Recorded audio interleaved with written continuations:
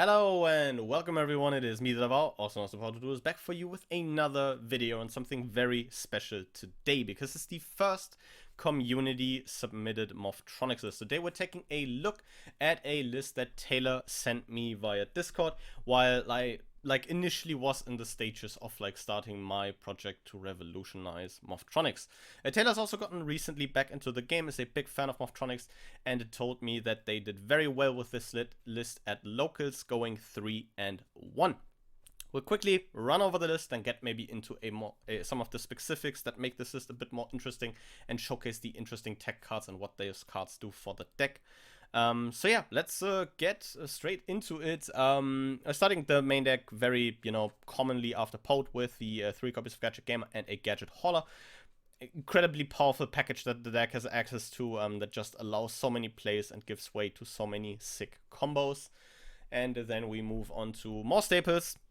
The deck will probably play until the end of time. The Fun Trio would bring 3 copies of Morphtronic Self-One. You know this card by now. Rolling a 6-sided die, revealing cards from the top of your deck equal to the die roll, and then being able to special summon a level 4 lower Morphtronic from those is an incredibly powerful effect, especially in combination with something like Morphtronic Telephone that is easily able to loop Self-One or itself by that matter, because you can roll a 6-sided die and then special summon from your graveyard a Morphtronic with a level equal to or lower than the die result, so having 2 telephones creates that infamous loop.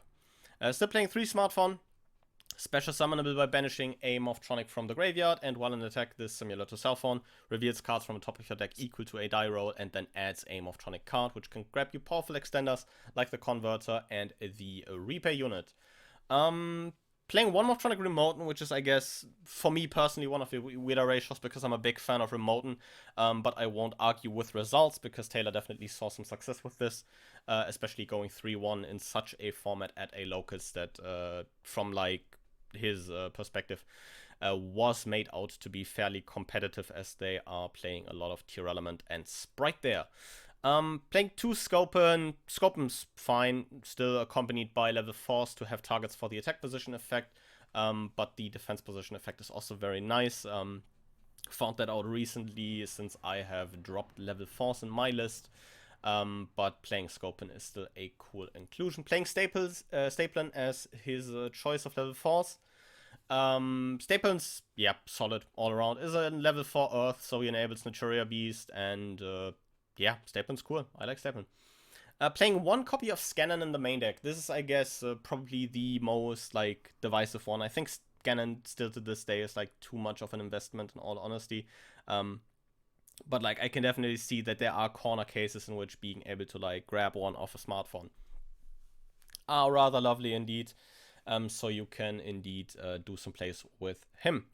In terms of one-offs, playing the usual suspects of a 1-for-1, a Corp by the Grave, and a Monster Reborn for an extended. And now we get into the more interesting portion.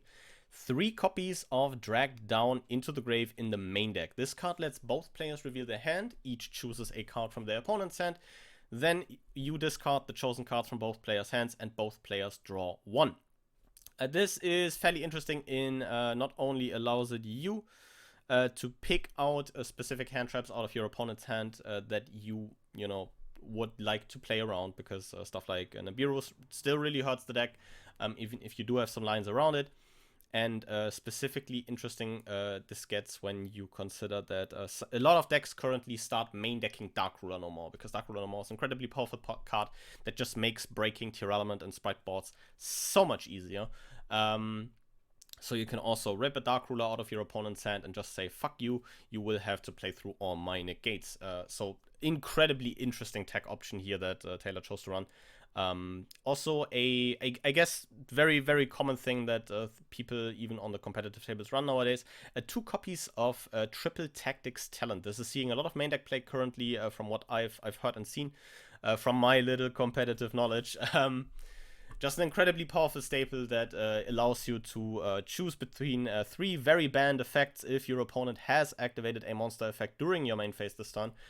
Those 3 effects either being Pot of Greed, Change of Heart, or Confiscation.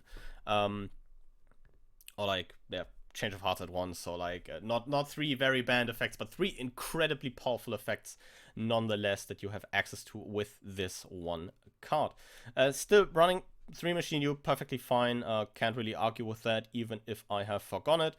3 Convert Unit, just an incredibly powerful archetypal extender similar to the 2 copies of Junk Box we see here running the Reborn double Junk Box package, as someone in my comments already pointed that out to me for the additional flexibility.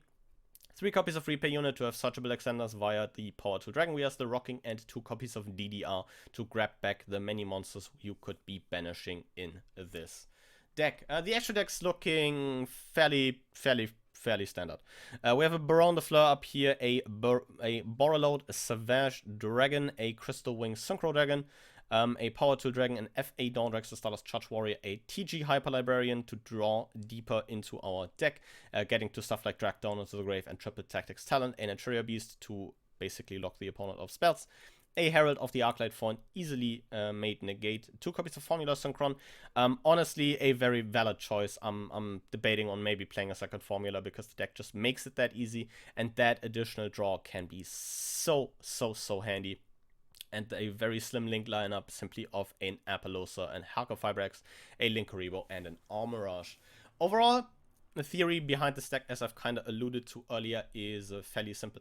Playing cards like Drag Down into the Grave to rip, specific hand traps out of your opponent's hand, and even board breakers going second. Taylor even told me that one game he was able to rip like a Dark Ruler out of his opponent's hand and rendered his opponent unable to play through his board of negates. Otherwise, you're doing pretty much what Morphtronics do best, I guess. And Triple Tactics Talents helps you even recover from some hands where you get hand trapped, because either that draw 2 will be very handy as you're able to get some more cards into rotation that way, and maybe help you extend through an Ash Blossom or something similar.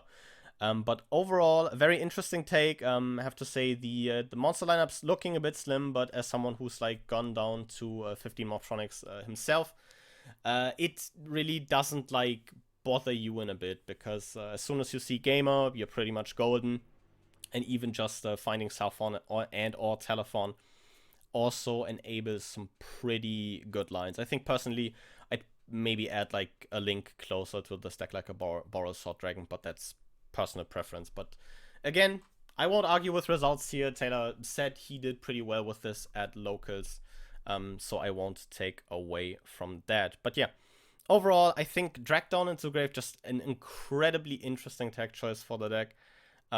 Giving you not only a full hand knowledge, but also giving you, again, that ability to specifically single out problematic cards from your opponent's hand. And if, you happen to not find a board breaker or a hand trap, ripping away a starter is always something very handy. Since you are able to kind of secure, machine duplications or something similar in your back row before firing a Drag Down into the Grave.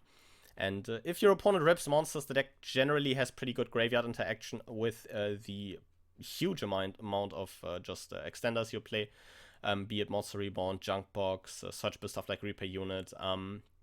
So there's definitely not a lot this does to the deck besides help it, which is a very, very interesting decision, which I think definitely explains why Taylor did so well. Triple Tactics Talent, of course, if this sees like meta play, it will be a good inclusion in the deck. Overall, running this also understandable and definitely a very handy choice. Overall, as this was like the first community deck profile, if you are still looking to maybe share your deck list for us to take a look at this, the video will probably be linked down below in some fashion, where you will find all the steps and all the possible channels where you can reach me, send me your list, and don't forget to, just like Taylor did, add some context. Did you play this at locals, or was this just something that worked in testing very well you would like out there, and maybe get some community input on? Overall, thank you very much, Taylor, for letting me share this with the community. I hope I did this justice and explained your decision making and your kind of choices well. But with all that out of the way, please, let me and Taylor probably know down below what you think of this interesting take on Morphtronics. And with all this out of the way, I'll thank you guys very much for watching. See you guys again next time. But until then, goodbye.